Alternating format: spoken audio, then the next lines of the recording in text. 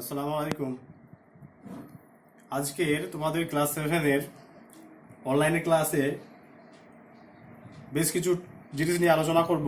তার মধ্যে পার্ট 1-এ যে জিনিসগুলো আলোচনা করব, প্রথমে যে জিনিসগুলো আলোচনা করব সেইগুলো হলো যে ভূমি রাজস্ব এবং প্রশাসনিক দায়িত্ব ব্যবস্থার ক্ষেত্রে ইকতা ব্যবস্থা, ইকতাদার বা মুক্তি এবং জিজিয়া কর তুরস্ক দণ্ড কি, সেইটা প্রথম পার্টে আমরা আলোচনা করে নেব।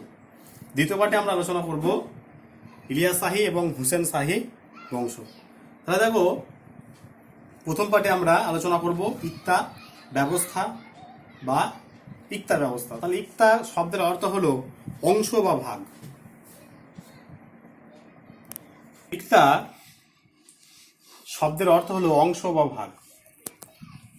তাহলে ইকতা ইকতা বলতে কি বোঝায়? ইকতা বলতে বোঝায় যে তাহলে ইকতা ব্যবস্থার প্রবর্তক হলেন ভারতবর্ষে ইলতুৎমিশ।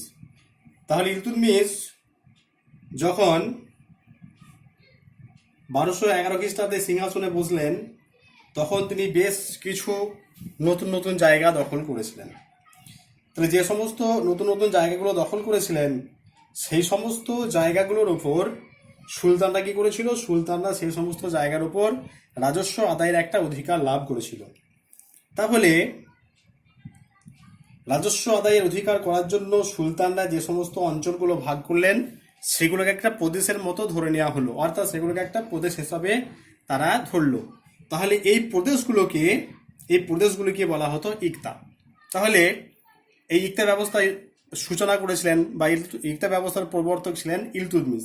তাহলে কি বলেছি যে ইলতুৎমিশ যখন সিংহাসনে বসলেন 1210 কিংবা 11 খ্রিস্টাব্দে, তারপর তিনি বেশ কিছু কিছু নতুন নতুন জায়গা দখল করেছিলেন। তাহলে যে সমস্ত নতুন নতুন জায়গাগুলো দখল করেছিলেন, সেইগুলোতে একটা রাজস্ব আদায়ের একটা অধিকার তিনি লাভ করেছিলেন।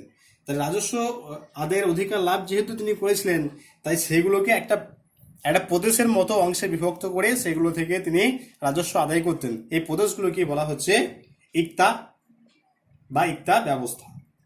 তাহলে এরপর আছে ইকতাদার বা মুক্তি। তাহলে ইকতাদার বা মুক্তি কাকে বলবো? যে ইকতার দায়িত্বপ্রাপ্ত যারা কর্মচারী তাদেরকে বলা হচ্ছে ইকতাদার বা মুক্তি। অর্থাৎ যে সমস্ত কর্মচারীরা ইকতার অন্তর্ভুক্ত জায়গাগুলোর অধীনে রাজস্ব আদায় করত, তাকেই বলা হচ্ছে ইকতাদার বা মুক্তি। নেক্সট আছে জিজিয়া কর ও তুরস্ক দণ্ড। তাহলে জিজিয়া কর কি? জিজিয়া কর আমি আগে আলোচনা করেছি ফিরোজ শাহ তুগলকের সময়। আজকে একবার আলোচনা করে দিচ্ছি যে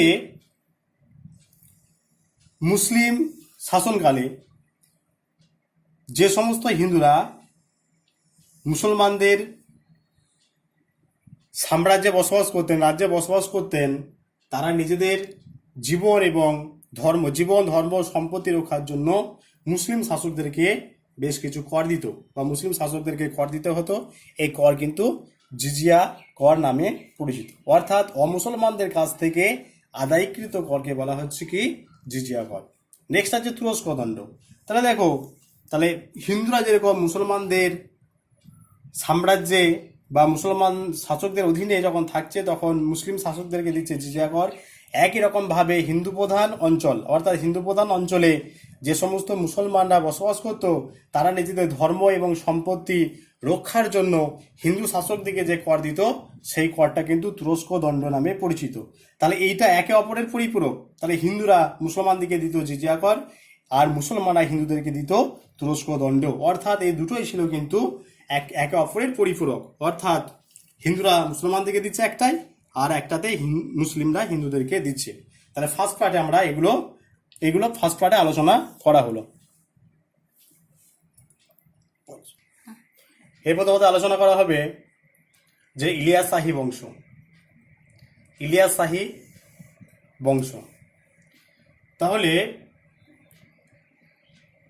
দিল্লির সুলতানদের দুর্বলতার সুযোগে আঞ্চলিক শক্তি হিসাবে বা আঞ্চলিক রাজ্য হিসেবে যে সমস্ত জায়গা স্বাধীনতা ঘোষণা করেছিল, তার মধ্যে বাংলা ছিল অন্যতম। তাহলে সেই বাংলার একজন শাসক, যার নাম হচ্ছে শামসুদ্দিন ইলিয়াস শাহ। এই শামসুদ্দিন ইলিয়াস শাহ 1342 খ্রিস্টাব্দে ইলিয়াস শাহী বংশের সূচনা করেছিলেন। তাহলে দেখো এই শামসুদ্দিন ইলিয়াস শাহ 1342 সালে কি করছে, বাংলাতে ইলিয়াস শাহী বংশের সূচনা করছে।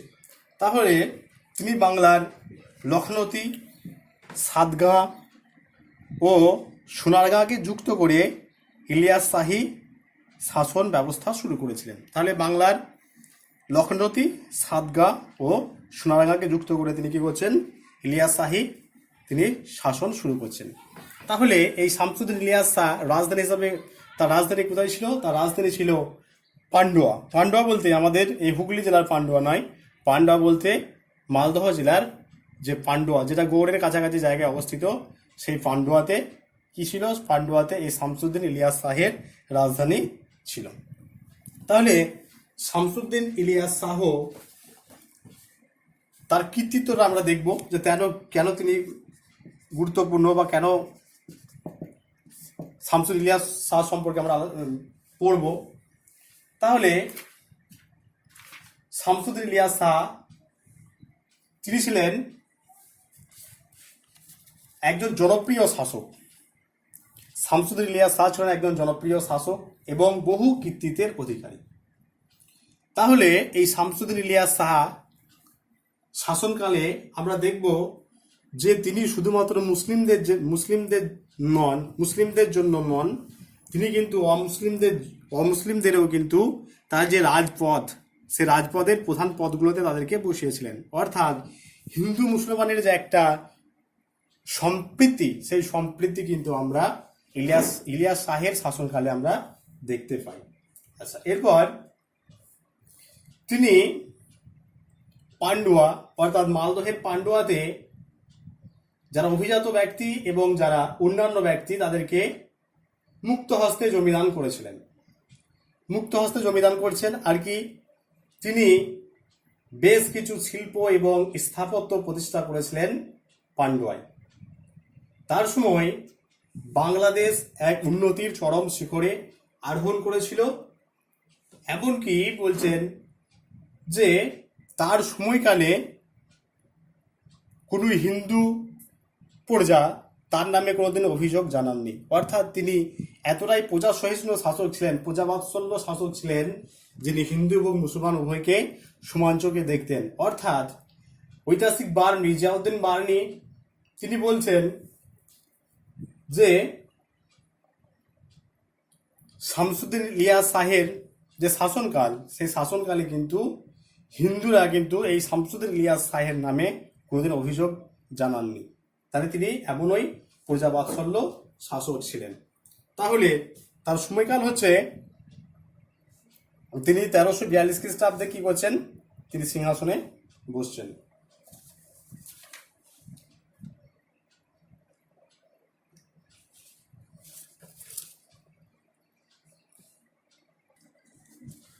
এরপর আমরা আলোচনা করব শামসুদ্দিন ইলিয়াস শাহের পুত্র সেকেন্দার শাহ সম্পর্কে। সেকেন্দার শাহ 1357 খ্রিস্টাব্দে তিনি বাংলা সিংহাসনে বসেন।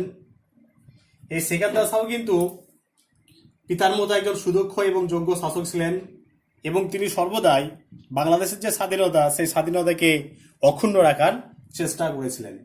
তাহলে সেকেন্দার শাহ যখন সিংহাসনে বসেছেন, সেই সময় একটা ঘটনা ঘটেছিল। কি ঘটনা ঘটেছিল, যে তখন দিল্লির সিংহাসনে বসে আছেন ফিরোজ শাহ তুঘলক। তাহলে সেই ফিরোজ শাহ তুঘলক একদিন কি করেছিল, সেকেন্দার শাহের রাজধানী অবরোধ করেছিল। তখন সেকেন্দার শাহ কি করেছিলেন, তিনি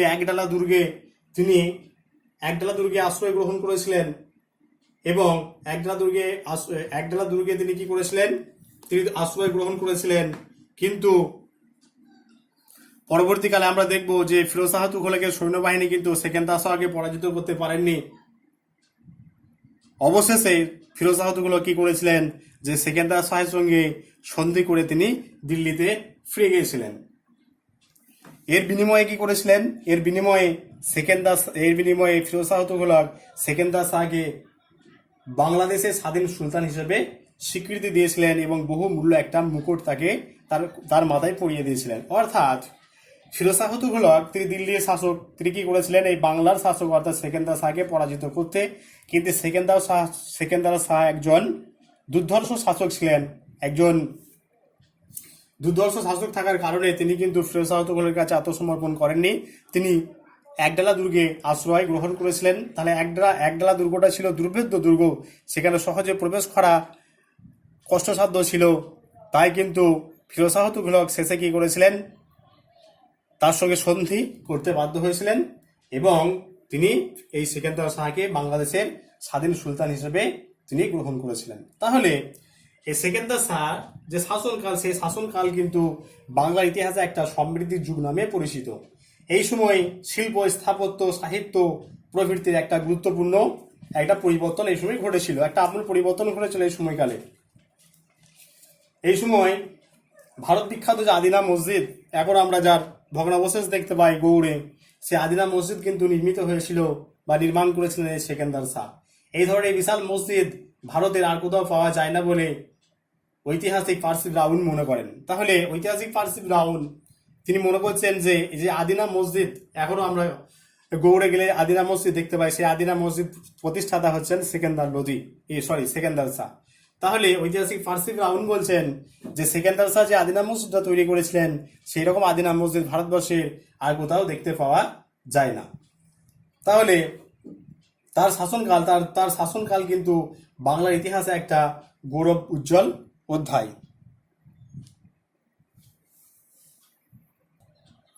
তাহলে এই বাংলাদেশের ইতিহাসে ইলিয়াস শাহী বংশের অবদান কি ছিল না, দিল্লি সুলতানির যে শাসনকাল, সেই শাসনকালে কিন্তু এই ইলিয়াস শাহী বংশের যে শাসক শামসুদ্দিন ইলিয়াস শাহ, তিনি একটা স্বাধীন সুলতানি বংশের প্রতিষ্ঠা করেছিলেন, যেটা একটা সহজসাধ্য কাজ ছিল না।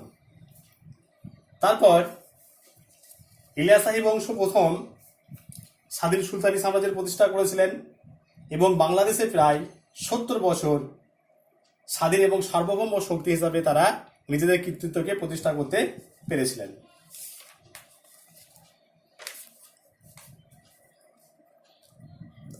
তারপর এই বংশের যারা শাসক ছিলেন, শামসুদ্দিন ইলিয়াস শাহ, সেকেন্দার শাহ, এই সমস্ত শাসকরা ছিলেন উদার এবং ধর্মনিরপেক্ষ। অর্থাৎ ভারতবর্ষে এরা যখন বাংলায় শামসুদ্দিন ইলিয়াস শাহ বা সেকেন্দার শাহ যখন শাসন ব্যবস্থা চালু করেছিলেন, তখন কিন্তু সেই শাসন ব্যবস্থাটা ছিল ধর্মনিরপেক্ষ। এখানে যে মুসলিমদের প্রাধান্য বেশি পাবে এরকম কিন্তু কোনো ব্যাপার ছিল না। এখানে তারা হিন্দু মুসলিম সকলকে কিন্তু একই নজরে তারা দেখতেন। তাছাড়া এই সময় বয়ন শিল্প, সেই বয়ন শিল্পের একটা অভূতপূর্ব উন্নতি এই সময় ঘটেছিল এবং চীন দেশের সঙ্গে বাণিজ্যের একটা সূত্রপাত হয়েছিল এই সময়কালে। আর কি ইলিয়াস শাহী বংশের যারা শাসক, শামসুদ্দিন ইলিয়াস শাহ, সেকেন্দার শাহ, তবে এই সমস্ত শাসকরা কিন্তু সাধু সন্ত এবং দরবেশদের উপদেশ অনুযায়ী চলতেন। অর্থাৎ এখানে তারা কিন্তু কোরআন এবং হাদিসকে বেশি গুরুত্ব দিচ্ছেন না, তারা দরবেশ এবং সাধু সন্তদের উপদেশে কিন্তু তারা শাসন ব্যবস্থা পরিচালনা করতেন। আর কি এরা ছিলেন সুপণ্ডিত, শামসুদ্দিন ইলিয়াস শাহ, সেকেন্দার শাহ, এরা সুপণ্ডিত ছিলেন। এরা বিভিন্ন ভারতবর্ষের যে সমস্ত জ্ঞানীগুণী পণ্ডিত ছিলেন তাদেরকে সমাদর করতেন। তাদের যে রাজসভা, সেই রাজসভায় জাতি ধর্ম বর্ণ নির্বিশেষে বিভিন্ন ধর্মের বর্ণের মানুষ তারা কিন্তু অবাধে বিচরণ করতেন এদের শাসনকালে।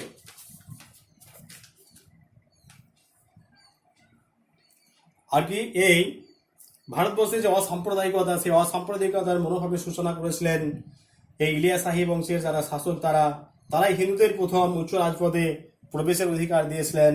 এর আগে কিন্তু আমরা দেখেছি যে রাজপথগুলো ছিল, উচ্চপদগুলো ছিল, সেই উচ্চপদে কিন্তু হিন্দুদের কোনো প্রবেশের অধিকার ছিল না।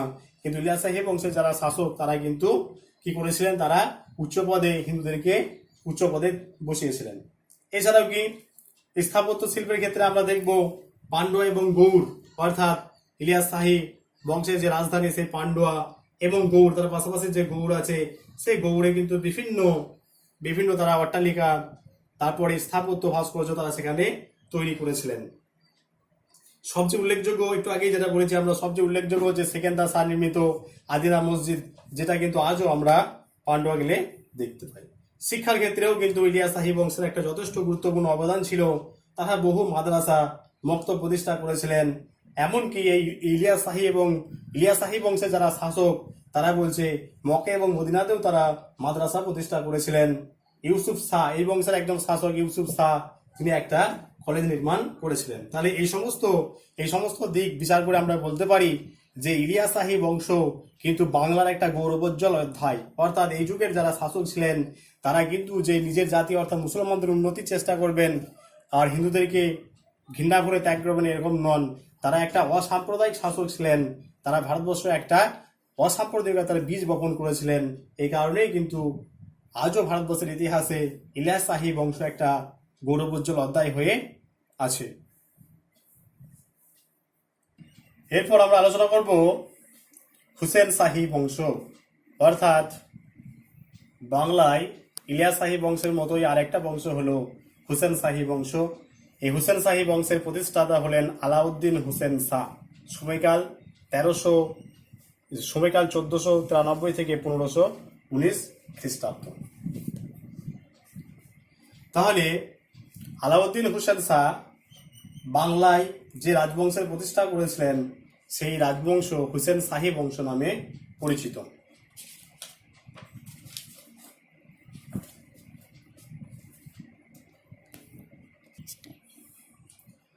তাহলে এই আলাউদ্দিন হুসেন শাহের সময়কাল বাংলাদেশের ইতিহাসে একটা গুরুত্বপূর্ণ অধ্যায়। তাকে বঙ্গদেশের আকবর নামে অভিহিত করা হয়।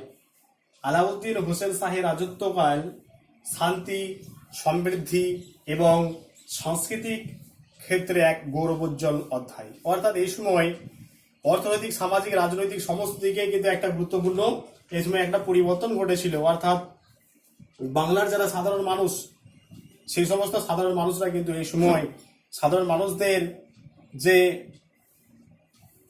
দুঃখ কষ্ট, সেই সাধারণ মানুষদের দুঃখ কষ্ট সময় এই সময় অনেক লাঘব হয়েছিল।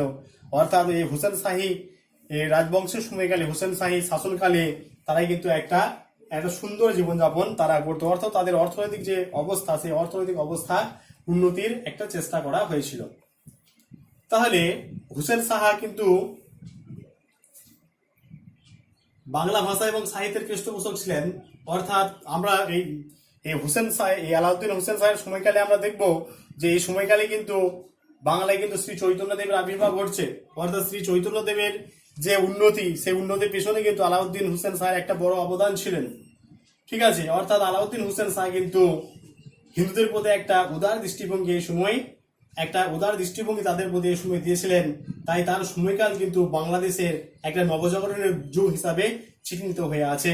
অর্থাৎ হুসেন শাহ কিন্তু তিনিও কিন্তু উদার ছিলেন এবং হিন্দুদের তিনি একটা সুনজরে দেখতেন।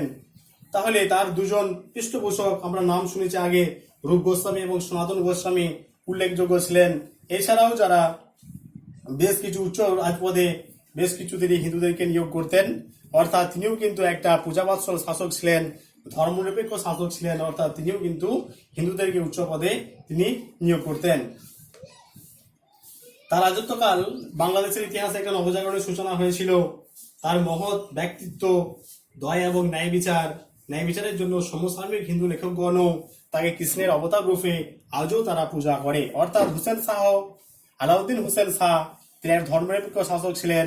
তার শাসনকালে কিন্তু যারা হিন্দুদের যারা মানুষ তারা উচ্চ পদে আসীন হয়েছিলেন এবং তিনি কিন্তু ধর্মনিরপেক্ষ শাসক হওয়ার কারণে আজও বলছে যে হিন্দু লেখকগণ তাকে কৃষ্ণের অবতার হিসেবে তারা পুজো করে। কাকে? আলাউদ্দিন হুসেন শাহকে। এরপর আমরা আলোচনা করব নুসরত শাহ। অর্থাৎ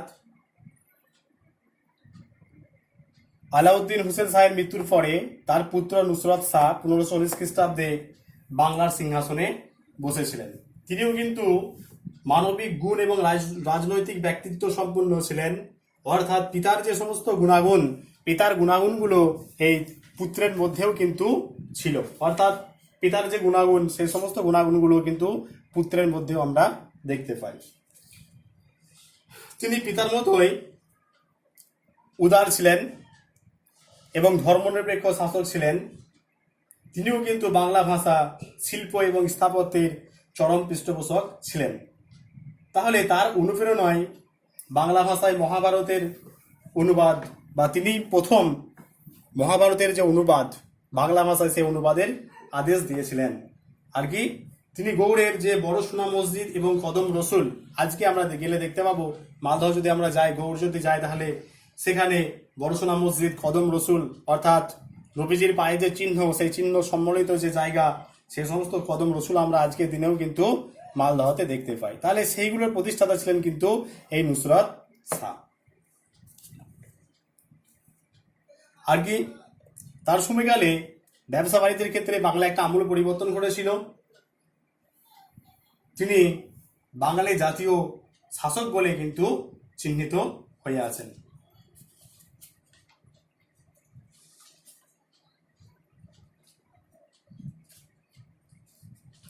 শাহী বংশ শেষ হলো। এই টপিকের আর একটা জিনিস বাকি রইল, যেটা হচ্ছে বাহমনি সাম্রাজ্য এবং বিজয়নগর সাম্রাজ্যের উত্থান। এই ভিডিওটা কিন্তু 23 তারিখ পর্যন্ত ক্লাস হলে ভিডিওটা দেওয়া যেত, এই ভিডিওটা দেওয়া গেল না। ঈদের পর অর্থাৎ 1 তারিখ থেকে যখন ক্লাস শুরু হবে, সেই ক্লাসে কিন্তু এই ভিডিওটা আপলোড করা হবে। তোমরা এই ঈদের পরপরই কিন্তু যে ভিডিওগুলো দেওয়া হচ্ছে, এই ভিডিওগুলো সবাই ভালো করে দেখবে। যদি কিছু অসুবিধা হয় জানাবে, আর সবাই কিন্তু খুব খুব ভালোভাবে ঈদ কাটাবে। বুঝবে।